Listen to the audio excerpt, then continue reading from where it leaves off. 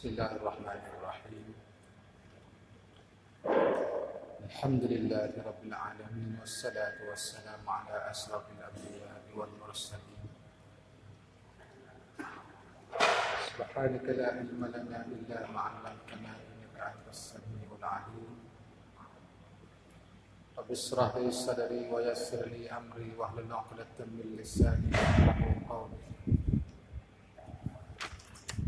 Rabbi zidna ilman nafi'an wa fahman mustaqima wa hidayatan lis-shawab, la hawla wa la quwwata illa billahil 'aliyyil 'azim.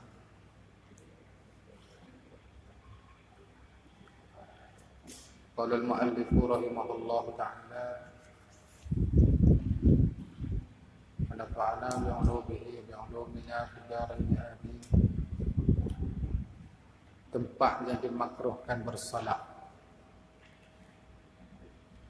Sesungguh pun kita katanya bahawa Allah ni semua boleh kita bersolat, tapi dia ada tempat yang tak disuruhkan kita bersolat. Maksudnya kalau kita bersolat tempat yang akan sebut di depan ni, hukumnya makruh. Solat adalah sah, tapi hukum makruh. Setengah daripadanya sembahyang di hammam. Hammam ni asalnya tempat mandi air panas. Kalau di negara Arab paling banyak sekali hammam. Bilik mandi air panas. Maka hukumnya kita bersolat di tempat tersebut adalah makruh. Mengikut pendapat dari fuqaha Hanafi dan juga fuqaha kita Syafi'iyah. Hukum adalah makruh. Sebab hammam itu ada tulis di bawah kedua letak kaki. Dimakruhkan bersolat dalam hammam pada mazhab Hanafi dan Syafi'i. Kerana hammam itu tempat kediaman syaitan dan tempat terbuka aurah. Ya, bila kita nak masuk hammam, kalau kita biasa masuk tempat arak, dia juga saling kain kita. Dia mau kita dia tak tahu lah. Bila kita masuk pak bayar duit itu, baju dia pecah duit kita, keluar dia pecah duit kita. Cuma dia cadel lah kan jualan tu. Jadi dia khidmat seperti lah. Sebab tempat bilik mandi hammam ni kebanyakannya terbuka aurah. Cuma dia suku-suku, lelaki suku, perempuan suku. Kalau lelaki pun kadang-kadang dia pakai seluar dalil saja. Sebab tu tempat situ dia panggil tempat kediaman syaitan. Maka hukum makruh kita sembahyang di tempat tu. Dan tempat mengenai najis-najis pada adab. Biasanya tak sunyi daripada najis.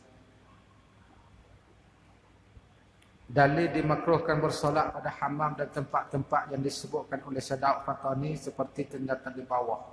Di antara hadisnya, ar-ardu kulluha masjidun illal maqbarata wal hammama. Sekalian bumi itu adalah masjid. Maksudnya boleh kita bersembahyang di mana-mana saja kita berada. Bukan kata boleh iktikaf di mana-mana buminya kita berada. Masalah bab iktikaf ni tertentu dengan binaan masjid. Tapi kalau kita nak sembahyang di mana sahaja, boleh, asalkan jangan najis. Itu saja. Kecuali perkuburan dan juga hammam. Maka tu tak boleh kita nak sembahyang. Dan satu hadis lagi, tengok sikit. Dan pada tempat jurung bukit, celah-celah bukit. Dia bukit dia tinggi, maka celah-celah tu makruh kita solat juga. Sebab takut ditipukan batu turun ke. Bila mari air ke tanah dia turun mari ke, hukum makruh kita solat. Kita lari jauh daripada tempat celah-celah bukit sikit. Di kaki bukit. Dan tengah jalan. Ini kita solat tengah jalan ni makruh juga. Lagipun kita kata lebih bahaya. Mari di lori apa, mati beri. Dia jauh sikit pada jalan tak. Dan tempat buang tahi. tempat kita qada hajat, hukum makruh belaka kita semayang. Dan tempat menyembah berhala. Dia panggil apa sini? Orang Kelantan panggil ketik. Orang lain sana dia panggil wak. Wak juga. Ha? Oh, wak tokong dia tambah lagi tokong. Wak tok cal juga dah. Ada orang sebelah Kelantan dia panggil ketik. Kenal tak puasa apa? Jadi di situ makruh kita sembahyang. Kita masuk dalam wak, temu dengan tua tok cah dia, tok sami. Minta maaf nak sembahyang jemaah sikit. Boleh, tapi hukum makruh. Boleh tapi hukum makruh. Dan setengah daripadanya lagi sembahyang pada tempat perhimpunan unta ataupun dikatakan kandang unta. Hukum makruh. Tapi suci daripada najis lah. Kita hafal tika, hafal kain semua, kita semaya situ hukum makruh. Boleh. Dan penjeratan. Mana penjeratannya panggil tanah perkuburan. Mengikut pendapat jumhur fuqaha mengatakan makruh, tetapi ulama fuqaha Malikiyah itu di sisi mereka adalah tidak makruh. Atau jumhur. Apa tu dalil di bawah tu banyak lagi masalah dalil bab sembahyang di atas kubur apa semua ni. Atau hukum makruh. Kita sebut mari dalil situ, ahli pendapat apa 5 dalil, 6 dalil semua. Sama ada dibongkarnya ataupun tiada. Sama ada tanah perkuburan itu sudah digali ataupun dibongkar ataupun belum digali, belum dibongkar. Hukum makruh. Makruh kita sembahyang. Tetapi jika dibongkar, kubur kita sudah gali. Kubur yang lama kita gali naik semula. Tak dapat tidak dengan dilapiknya. Kita lapik sejadah. Mana kalau kubur yang belum dibongkar, boleh kita sembahyang di atas hupuk dan tanah atas kubur boleh. Cuma hukum makruh. Syarat jangan ada tiap ayam lah. Suci kita tebah hupuk, maka boleh kita sembahyang. Dan jika tiada, maka tidak sah sembahyang. Jadi kalau kita tidak lapik, kita tidak hamparkan hamparan, maka hukumnya tidak sah sembahyang. Dan demikian lagi makruh ia sembahyang pada kanisah. Dalam gereja ni makruh juga sama dengan wak takung tadi. Gereja ni dia gambar-gambar, patung-patung banyak sekali. Jadi makruh kita sembahyang. Iaitulah tempat ibadat Yahudi. Tapi di hari ini bila sebut kata gereja kanisah ni tempat ibadat Kristian. Dia asalnya bila sebut kata kanisah tempat ibadat bagi Yahudi. Tu asal dia. Satu lagi ataupun bi'ah. Bi'ah tu tempat ibadat Nasara. Jadi hari ini kita tukar. Maknanya setengah. Dia kata kanisah tu kena kepada gereja Kristian dan bi'ah tu kena kepada tempat ibadat bagi Yahudi. Yang pentingnya dua-dua tempat ibadat bagi Nasara dan Kristian, Yahudi ini, maka hukum kita makruh kita semaya di dalam kedua-duanya. Tak boleh kita semaya situ. Hukum makruh. Ataupun dihuat sami. Disebutlah ni. Di wak sami, wak tokong. Dia tulis di wak sami gitu. Maka sekaliannya itu makruh sembahyang padanya. Habis kata. Habis pembahasan masalah bab makruh dan juga tempat yang dimakruhkan bersalah. Kita masukkan masalah zikir selepas daripada salat ataupun dikenalikan dengan wirid ba'da salawat maktubah. Pertama kali bila sudah daripada sembahyang, katanya azkar yang dikerjakan selepas salat. Jadi kalau tak pandai lagi itu kita hafal lah. Wirid-wirid selepas daripada salat tu, doa-doa selepas pada salat. Yang pandai dah tu tak payah hafal. Masalahnya sapuh muka selepas solat. Yang tanya tadi kan bagai saya lupa lah tu. Ini satu tajuk dia. Adapun sunat yang dikerjakan kemudian daripada sembahyang, maka adalah Nabi SAW apabila selesai daripada sembahyang menyapu dengan tangannya di atas kepalanya, atas kepala sampai di muka.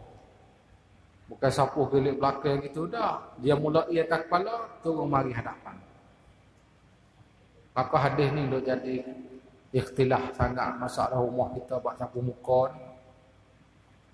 Sebenarnya masalah sapu muka bukan di dalam sembahyang. Selepas daripada sembahyang. Maka selepas sembahyang ni nak buat apa buat, nak hungar lari pun tak apa. Pasal lepas sembahyang dah. Dah. Nak hungar lari, nak jogging lagi lepas sembahyang. Tak. Tapi jadi satu isu juga dia panggil sapu muka ba'da solah. Sebab waris pada hadis, nanti kita akan baca di bawah. Ya. Ini penjelasan yang panjang yang kita sebut, insya-Allah kita baca di bawah. Hadis tu kalau kita pergi kepada Sahih Bukhari tidak sebut, dalam Sahih Muslim pun tidak sebut. Cuma disebut setengah kitab hadis sahaja. Dalam kitab Majma'uz Zawaid bagi Al-Haisami jilid yang ke-10, dia ada sebut hadis ni. Dan juga dalam kitab Nanu Autar bagi Syaukani pun ada sebut juga.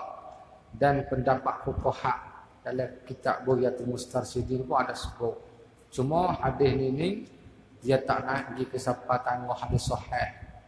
Maka dari segi kita nak beramal dengan hadis dhaif ni, ada syarat-syarat dia kita sebut tadi. Pak sapu muka. Adakah kita sapu muka selepas daripada solat? Siapa tahap haram ko setara mana? Kau sebab sapu muka akan jatuh neraka seseorang? Boleh duk jadi marah sangat bak sapu muka ni. Tak? Jadi kita tengok di bawah. Jadi kena pergi bawah tu. Dia tulis akar 2 nota kaki. Yang sebenar akar 1 lah. Akar 2 tak ada. Silap. Akar 1 bawah. Isu sapuh muka selepas solat itu adalah satu isu yang masih dikhilafkan padanya antara kaum Wahabi dan ulama tua. Tutup guru tua, macam-macam ulama-ulama tua dan pengikut-pengikut ulama tua masih sapu muka lah hari ni pun. Kaum Wahabi pula ni mengatakan bid'ah, dalalah sapu muka, sesat sapu muka, berbagai-bagai. Sejak timbulnya gerakan Wahabi di tanah Melayu, dulu tak ada. Dulu ni pakat buat amal bila tiba gerakan Wahabi di tanah Melayu, kita rasa tak sampai lagi 60 tahun. Baru sangat. Baru sangat. Termasuk Bumi Fatani Darussalam dan juga negeri lain lagi lah. Negeri kita, Malaysia kita bersama. Kaum Wahabi mengatakan sapu muka selepas solat itu adalah perkara bid'ah yang tidak dilakukannya oleh baginda Rasulullah sallallahu alaihi wasallam. Nabi tak pernah buat sapu muka. Itu dasar mereka. Dan ulama tua pula mereka mengatakan disunatkannya. Ulama tua kata sunat sapu muka. Kalau gitu nak buat lagu mana? Apabila seseorang itu selesai memberi salam daripada solatnya, sama ada dia imam atau makmum ataupun solat bersendirian, keseorangan, maka mengikut kenyataan Imam Syaukani di dalam kitab Nailul Autar jilid yang kedua Tamak Darul Hadis, tak lama bukan baru, ialah disunatkan seorang itu menyapu kepalanya dengan tangan kanannya sambil mengucap doa berikut, yaitu Bismillahillazi la ilaha illa huwar rahmanur rahim.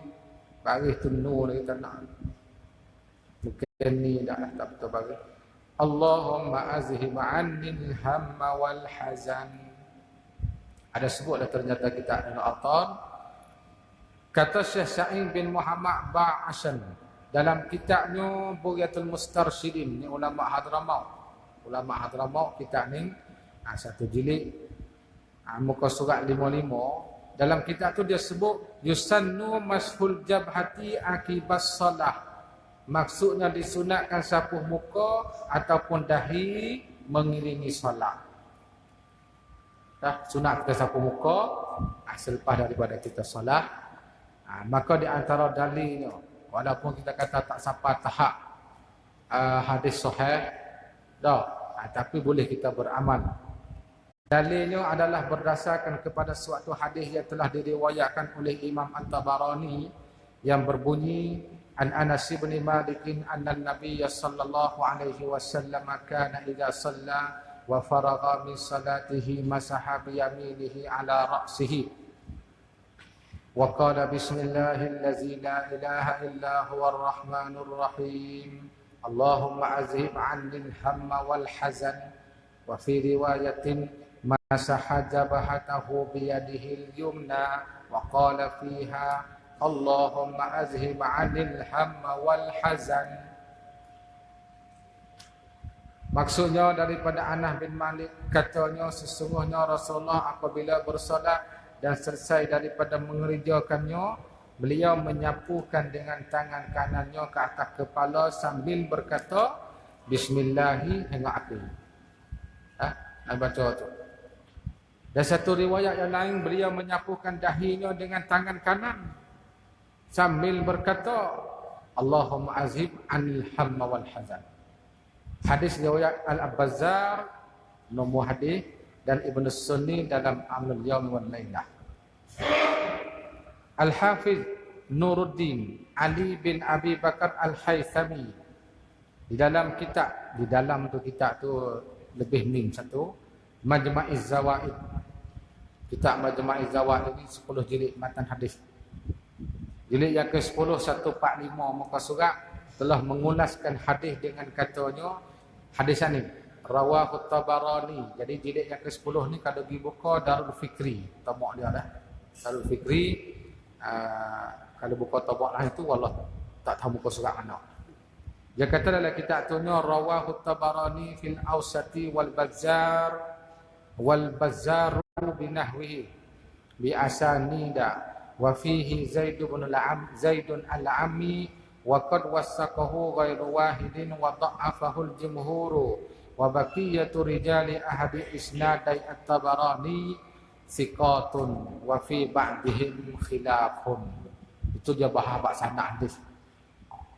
Maksudnya hadis ini telah diriwayatkan oleh Imam At-Tabarani di dalam kitab Mu'jamul Awsat dan diriwayatkan juga oleh Bazzar dengan sanad-sanad yang berbeza-beza.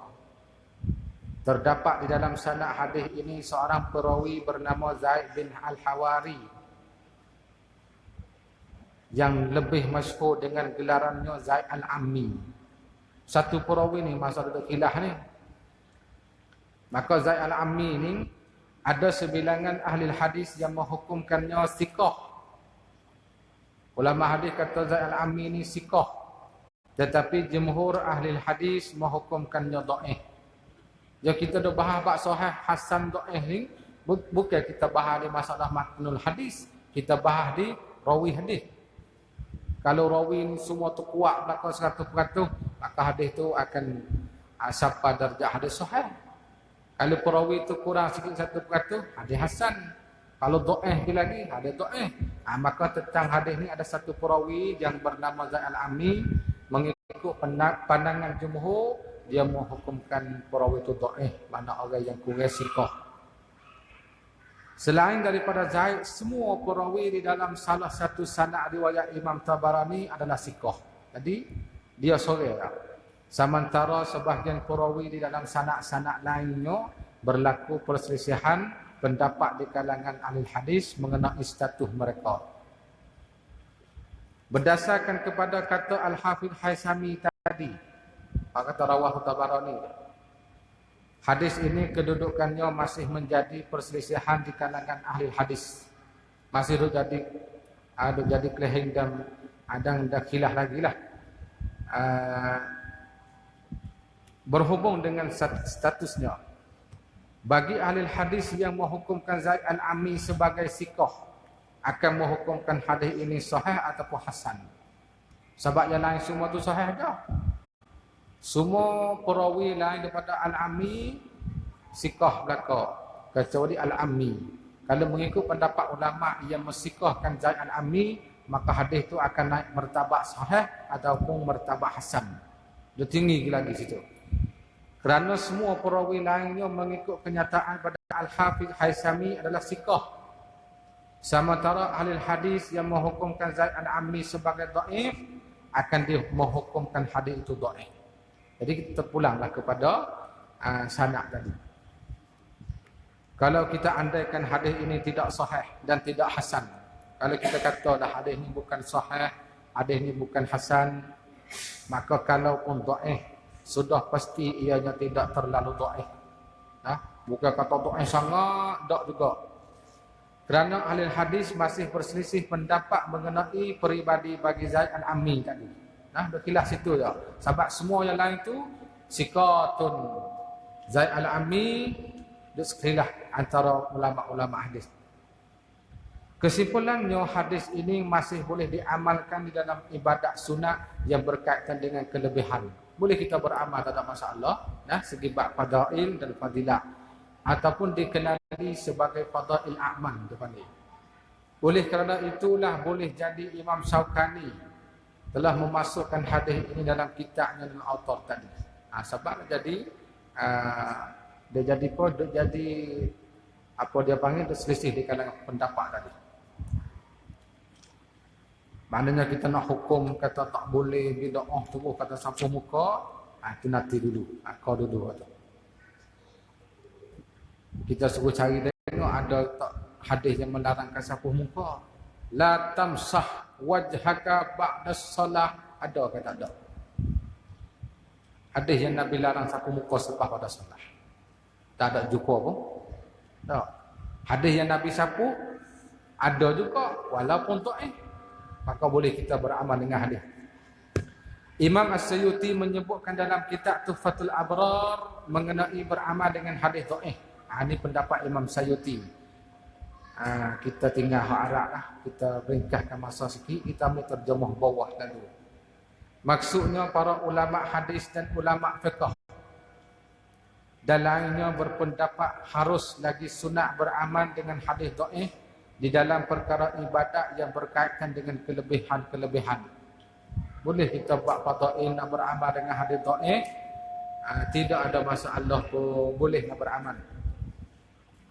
Dan digalakkan melakukan amalan yang tertentu dan menjauhkannya selama mana hadis tersebut tidak mencapai tahap hadis maudhu'. Tapi kalau maudhu' tak boleh dah.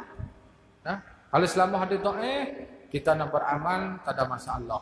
Tapi kalau hadis itu dhaif pun bukan hadis maudhu', maka diharamkan beramal dengan hadis tersebut.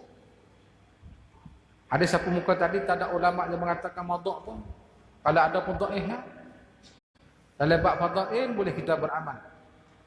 Al-Hafiz Ibn Hajar Asqalani menyebutkan 3 syarat untuk beramal dengan hadis dhaif. Tuai kitab Fathul Bari.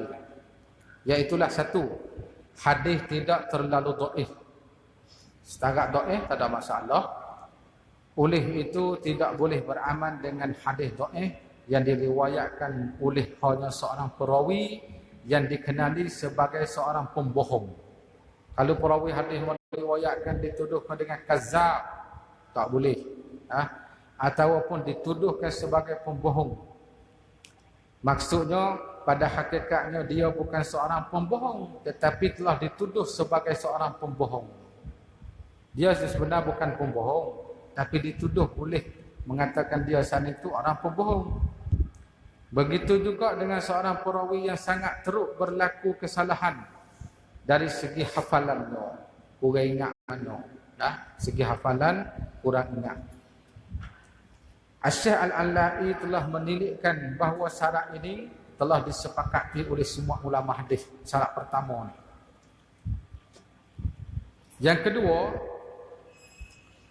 hadis dhaif tersebut mestilah berada di bawah ruang lingkup suatu amalan asah. Seperti solat, ada bab semaya, puasa, baca Quran dan sebagainya. Yang telah menjadikan amalan umum. Maka tidak boleh dengan hanya berdasarkan hadis dhaif. kita mencipta dan beramal dengan suatu amalan baru yang tidak mempunyai dalil daripada Quran dan juga hadis sahih ataupun hadis hasan. Syarat yang ketiga, ketika beramal dengan hadis dhaif itu, seorang itu tak boleh beriktikad bahawa amalan tersebut benar-benar merupakan suatu amalan yang pernah dilakukan oleh Rasulullah. Kita jangan pegang teguh 100% kata sapu muka ni Nabi pernah buat. Asal kita nak beramal hari dhaif. Nah, atau jangan kita iktikad amalan tersebut tu benar-benar merupakan suatu amalan yang pernah dilakukan oleh Rasulullah ataupun suatu sabdanya ataupun pengiktirafan daripadanya. Mana mendapat pengiktirafan daripada Rasulullah. Tujuannya supaya dia tidak menyadarkan amalan tersebut itu kepada Nabi yang semimangnya baginda sallallahu alaihi wasallam tidak pernah mengatakannya. Bahkan hendaklah dia beriktikad masa kita nak beramal dengan hadis yang dhaif itu, beriktikad bahawa amalan tersebut diamalkan di atas dasar ihtiyati. Pada ihtiyati ini mana mengambil beringat, iaitulah berwaspada ataupun berhati-hati. Kalau ia sebenarnya merupakan hadis Rasulullah. Dah, ada setengah tu ya. Itu syarat-syarat dia. Kerana dhaif itu, hadis dhaif itu boleh jadi ianya memang merupakan suatu sabda Rasulullah, iaitulah sahih dari segi matan.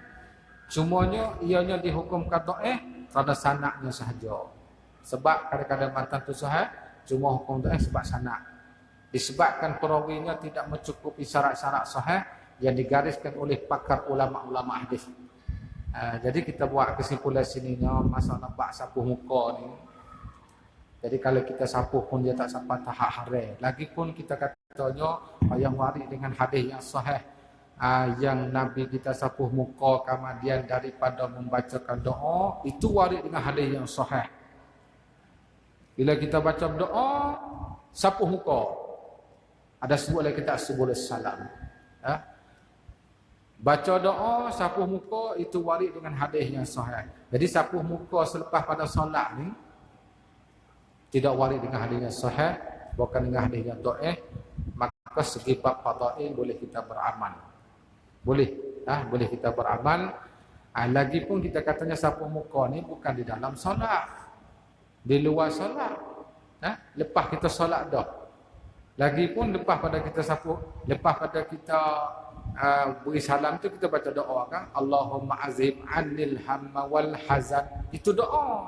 Bila sudah doa baru kita sapuh muka. Jadi termasuk dalam hadis sahih yang mengatakan selepas daripada kita membaca doa maka boleh kita sapuh muka, tak ada masalah. Saya cerahkan buku sikit sebanyaknya. Di sana dan dibacakan Bismillahirrahmanirrahim la ilaha illa huwar rahmanur rahim. Bagi itu bukan ar-rahmani, ar-rahmanu, ar-rahimu. Allahumma azhib 'anil hamma wal hazan. Itu kita harap insya-Allah hebat sapu muka tu dah. Kita jangan pegang teguh katanya sapu muka ni suatu amalan yang dilakukan oleh Rasulullah. Cuma yang kita beramal sapu muka atas dasar ihtiyati. Itu ya. Ihtiyati. Jadi kalau tak nak sapu muka pun tak ada masalah lah. Bukan benda jadi rukun dan syarat tak ada sembahyang, bukan. Wirid selepas solat. Kemudian membaca daripada sembahyang subuh dan maghrib.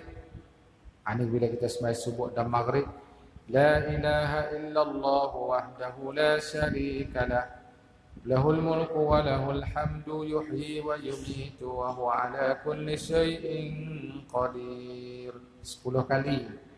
Lepas tu dalil di bawah tu kita harap tengok sendiri dah. Tengok sendiri. Kita boleh dalil dengan hadis di bawah. Dan dibaca kemudian daripada itu pula astaghfirullahalazim, astaghfirullahalazim 3 kali. Kemudian dibaca Allahumma antas salam wa minkas salam فحينا ربنا بالسلام وأدخلنا الجنة دار السلام تباركت يا ذا الجلال والإكرام. Itu pun sabit dengan waris hadis juga di bawah. Selepas tu pula dan dibaca pula ayatul kursi. Ayat kursi itu Allahu la ilaha illa huwal hayyul qayyum. Kalau tak ingat lagi tu tak tahu lah ayat kursi hak mana. Dan syahidallah hingga akhirnya. Bawah tu akar dua tu ada hingga akhir tu. Syahidallahu annahu la ilaha illa huwa wal malaikatu wa ulul ilmi. Baca lagi 3 baris. Dan mengucap subhanallah 33 kali. Kita panggil mengetik. Subhanallah, subhanallah, subhanallah 33 kali. Dan alhamdulillah 33 kali. Alhamdulillah, alhamdulillah, alhamdulillah. Tapi baca molek sikit, cepat berdoa tak boleh tak. Sallallahu sallallahu sallallahu. Tu tak betul lagu tu. Baca betul dengan dia nak. Subhanallah, subhanallah, subhanallah. Tak betul lah. Nak buat lagu lagi tu lah. Dan Allahu Akbar 34 kali. Jadi capur-capur 100 kali. Kemudian dibaca La ilaha illallah wahdahu la syarika lah. Lahul mulku wa lahul hamdu wa yuhyi wa yumitu wa huwa ala kulli syai'in qadir. Di bawah tu semua dia ada dalil hak suruh baca. Semua tu ada sebut di bawah. Alhamdulillah 33 tu ada nota kaki tu. InsyaAllah kita harap mereka yang ada buku kita tu harap baca sedikit di bawah tu. Lepas tu dan Allahumma la mani'a lima a'taita wa la mu'tiya lima mana'ta wa la yanfa'u zal jaddi minkal jaddu. Ada baca tu. Itu dikatakan wirid sembahyang. Ada lagi tu amanar rasulu bima tu, ada lagi wirid-wirid sembahyang yang kita ada bawa. Mungkin dia sebut depan lagi atau apa. Dalam kitab-kitab yang lain lagi lah. Kitab yang lain lagi. Doa selepas solat. Doa nak baca hak mana pun boleh. Tapi yang paling afdalnya kita baca doa yang warid, yang maksur daripada Rasulullah. Hak mana Nabi baca, yang tu kita baca. Kalau kita nak karang doa sendiri, pada tak masalah. Kalau kita nak baca doa tak kerti bahasa Arab, kita baca minta dengan bahasa Melayu, bahasa Jawi yang kita bercakap hari-hari pun tak ada masalah. Boleh? Boleh. Kemudian dibacanya doa. Allahumma inni. Jadi cara beradabnya kita bismillah lah dulu. Bukan terus lalu dah. Bismillahirrahmanirrahim. Alhamdulillahi rabbil alamin. Apa tu? Assalatu wassalamu ala rasulillah. Barulah Allahumma inni. Tak ada puji Allah Ta'ala sepatah kelima habuk pun. Minta selalu. Nampak gaduh sangat je. Kita puji Tuhan dulu.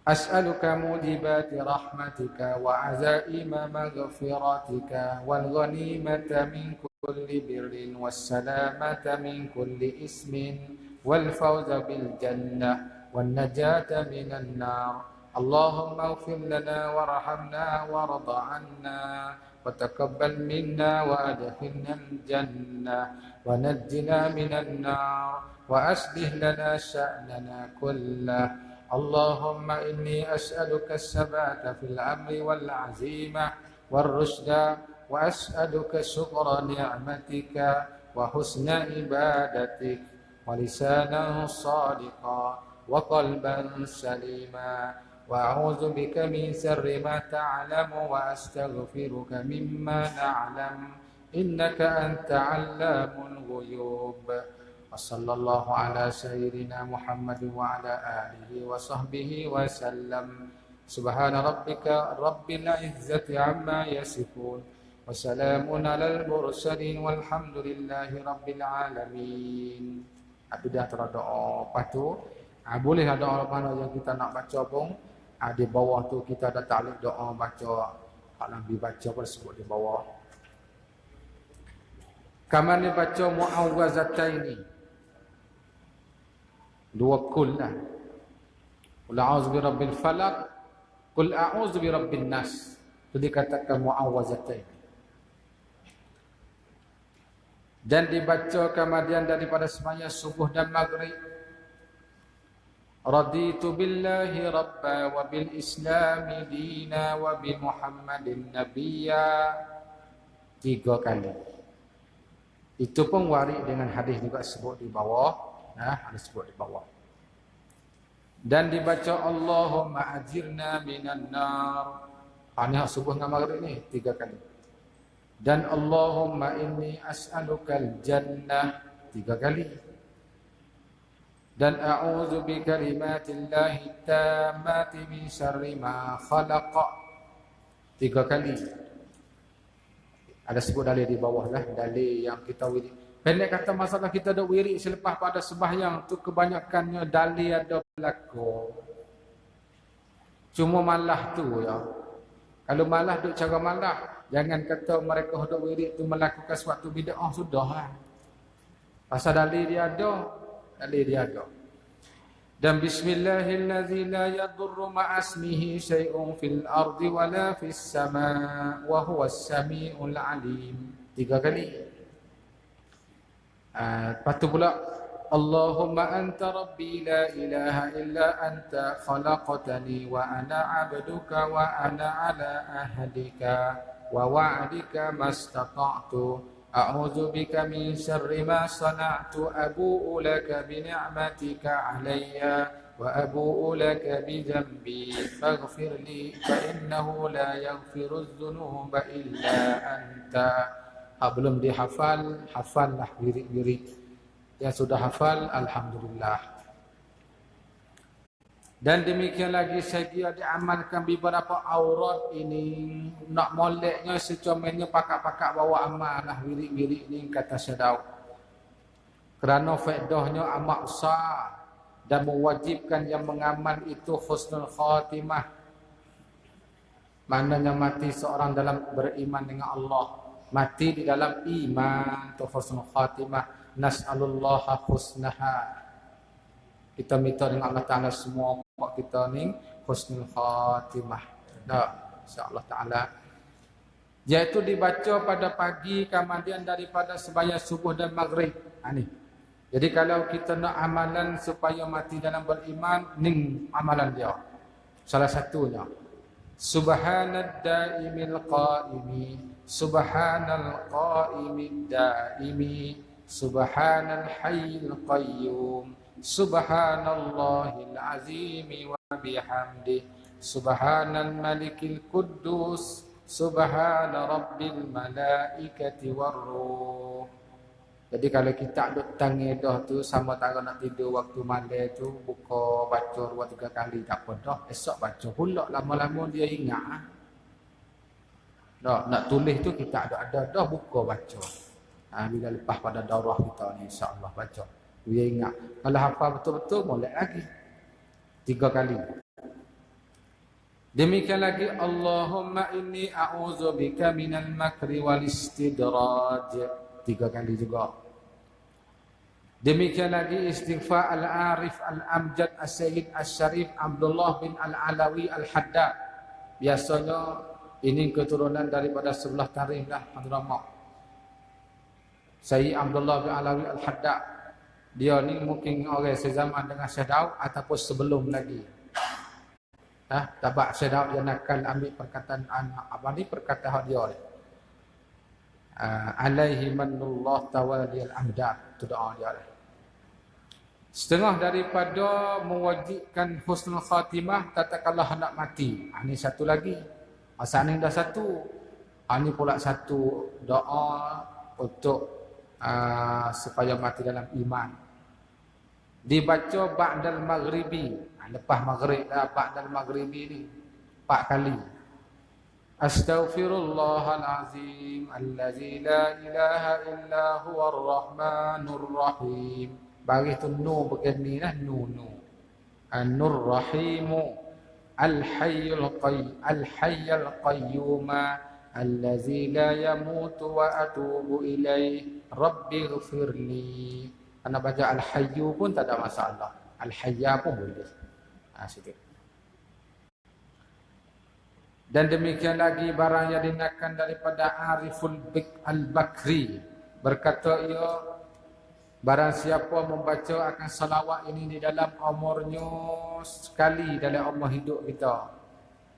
Sekali dalam umur hidup. Dan jikalau sekali pun. Walaupun kita baca satu kali ya.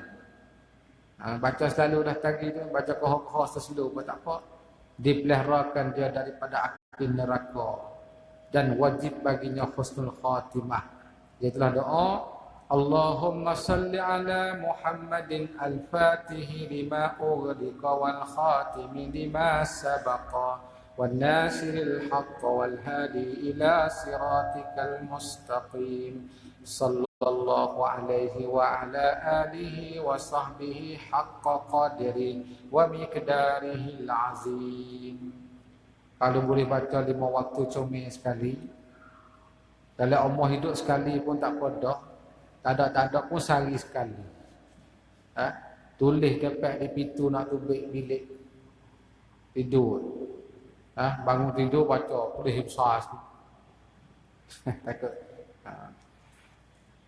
Faidatun.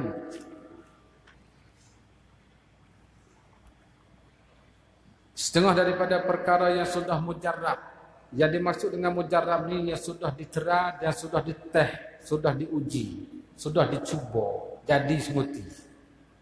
Anda mau uji, dia mau cuba dah jadi sungguh.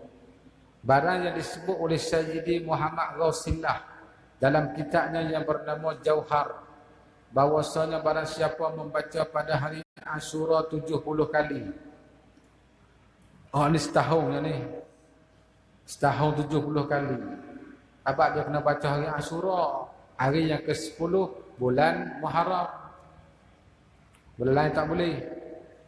Baca 70 kali hasbiyallahu wa ni'mal wakil, ni'mal maula wa ni'man nasir. Pendek sangat. Tapi apa setahun sekali terlupa belaka. Apa Muharram kita berkaduk ingat ke bubur surga. Doa tak payah lupa. Ini kita bawa amal insya-Allah. Kamarnya dibacakan doa ini, kemudian dapat 70 kali. Ini doa sebut depan. Lepas pada hari ini baca doa pula. Nescaya tidak mengenai mati pada demikian itu tahun. Ini kalau kita baca hari ini, kita baca doa hak lagi akan baca muka surat depan tu. Tahun tu kalau siapa yang baca tahun tu tak mati lagi lah. Tahun yang dia nak mati, tahun tu dia tak dapat baca. Ingat? No. Jadi kalau dia baca Muharram tahun ni, siapa ke Zulhijjah dia tak mati. Maknanya kalau nak mati juga, 10 Ashura tu dia gali, dia menebah hutan, tak ada nak baca. Nak mati tu tahun tu. Ingat molek. Ya banyak amalan ni. Amalan di antaranya, kalau kita masih ingat, kita tetap tak mati hari itu. Maknanya hak disebut oleh ulama lah. Disebut oleh ulama. Di antaranya kita baca ayat laqad ja'akum rasulun min anfusikum azizun 'alaihi ma anittum harisun 'alaikum bil mu'minina raufur rahim. Fa in tawallaw faqul hasbiyallahu la ilaha illa huwa 'alaihi tawakkaltu wa huwa rabbul arsyil azim. 7 kali selepas maghrib, 7 kali selepas subuh. Kalau kita baca tu, satu yang faedah besar sekali, Tuhan selamat kita dalam hari yang kita baca. Seteru tak buat, kita semua tu selamat. Dan yang besar sekalinya, selama mana kita duk ingat baca ayat sana, selama tu kita tak akan mati hari tu. Hari yang kita nak mati, kita tak boleh sebut dengan mulut kita. Jadi ingat kalau siapa yang ingat ayat tu agak kata dah kerja aku tak baca 2 hari dah tu panggil waris balik dah boleh. Nak wasiat ke apa tanah hundai ke apa boleh dah tu. Abang ayah tak ingat nak baca lah kerja akum. Dikapuhkan dengan la kerja akum satu lagi. Kul may yunajjikum min zulumatil barri wal bahri tad'unahu tadarruan wa khufya la in anjana min hazihi lanakunanna minas syakirin. Lillahu yunajjikum minha wa min kulli karbin. 2 kapuh. 7 kali juga selepas maghrib dan selepas subuh 7 kali. Itu salah satu amalan. Dia dibawakan oleh Tok Guru Allah yarhamullah babalasnya bandai kita. Dia tak tinggal tu. Tak tinggal dan semua ijazah kepada pelajar-pelajar semua dia bagi untuk selamatkan tubuh kita daripada seteru dan musuh, daripada sihir-sihir, insya-Allah selamat tu. Pakai tubuh dia bagi. Kerana ni macam seperti bomo malam yang ni dah. Satu amalan. Satu amalan Al-Quran, bukan tu bomo. Ni kita baca ni. Sebut sini. Subhanallahi min al-mizan wa muntahal ilmi wa mablaghar ridha wa zinatal arshi la malja'a wa la manja min Allah illa ilayh. Subhanallahi adada syaf'in wal witri wa adada kalimatihi tammati kulliha. أسألك السلامة برحمتك يا أرحم الراحمين ولا حول ولا قوة إلا بالله العلي العظيم وهو حسبي ونعم الوكيل نعم المولى ونعم النصير وصلى الله على سيدنا نبينا خير خلقه سيدنا محمد وعلى آله وصحبه أجمعين. Hak suruh baca bulan Asyura tu lepas pada hasbi Allah 70 kali disambungkan dengan hak ni. Hak tu hak setahun sekali. Dan demikian lagi setengah daripada kata Al-Arif. Banyak sangatnya. Nak buat amal dia gedak ni. Bawa sekat boleh. Seboleh-bolehnya kita bawa yang ada juga lah. Setengah daripadanya kata Al-Arifu Billah Sayyidi As-Sanusi. Pada risalah kita yang bernama Mujarrabat, nafa'anallahu bi barakatih. Barang siapa membacakan doa ini pada tiap-tiap hari dan tiap-tiap malamnya, tiada mengena akan dia anak panuh dan tiada pedang, mana alat senjata musuh seteru tak akan tipu di dia, dan tiada mencampaikan dia daripada seteru sewaktu yang dia benci pun. Selamat sebagai alat dan doa untuk pagarkan diri kita. Dan tidak mengenakan dia pedih tubuh badan, dan tidak mati selama ada yang membacakan dia. Ini satu ayat. Selama kita diingat, selama tu kita tak mati. Maka jika dikana Allah akan sampai takdirnya, sampai ajal, dan saja dilupakan dia daripada membaca. Seperti kita sebut tadi dah. Bila dia nak mati, alamat kata dia baca tak boleh lah. Itu tanda-tanda dia. Ini doa dia, yaitu Bismillahirrahmanirrahim. Wa sallallahu ala sayyidina Muhammadin wa ala alihi wa sahbihi wa sallama tasliman daima. Arastu nafsi wa ahli wa mali wa ma hadarani aw ghaba anni bil hayyil qayyum alladzi la yamutu wa alja'tu zahri fi hifzi dhalika lil hayyil qayyum.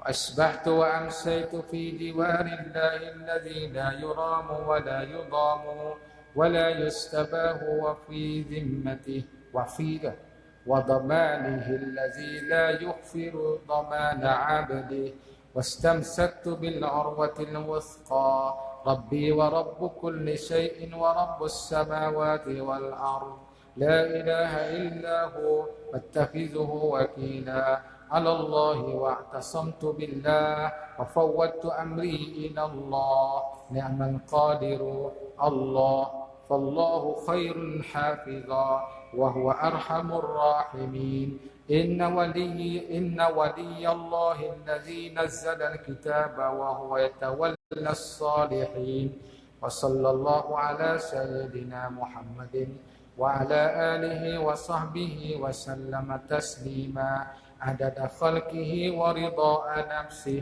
وزنة عرشه ودوام ملكه ومداد كلماته لقد جاءكم رسول من أنفسكم عزيز عليه ما عنتم حريص عليكم بالمؤمنين رؤوف رحيم فإن تولوا فقل حسبي الله لا إله إلا هو عليه توكلت وهو رب العرش العظيم. Maka diulangkan fa in tawallaw faqul hasbiyallahu la ilaha illa huwa alaihi tawakkaltu wa huwa rabbul arsyil azim. 7 kali seperti sebut tadi. Ini tempat diambil tempat diambil. InsyaAllah tersambung pagi esok muda pembahasan solat berjemaah. Wallahu a'lam. Bismillahirrahmanirrahim. Allahumma iftah lana wa qulubana waj'al a'malana khalisatan liwajhikal karim. Sallallahu ala sayyidina Muhammadin wa ala alihi wa sahbihi wa sallam. Alhamdulillahi rabbil alamin. Assalamualaikum warahmatullahi wabarakatuh.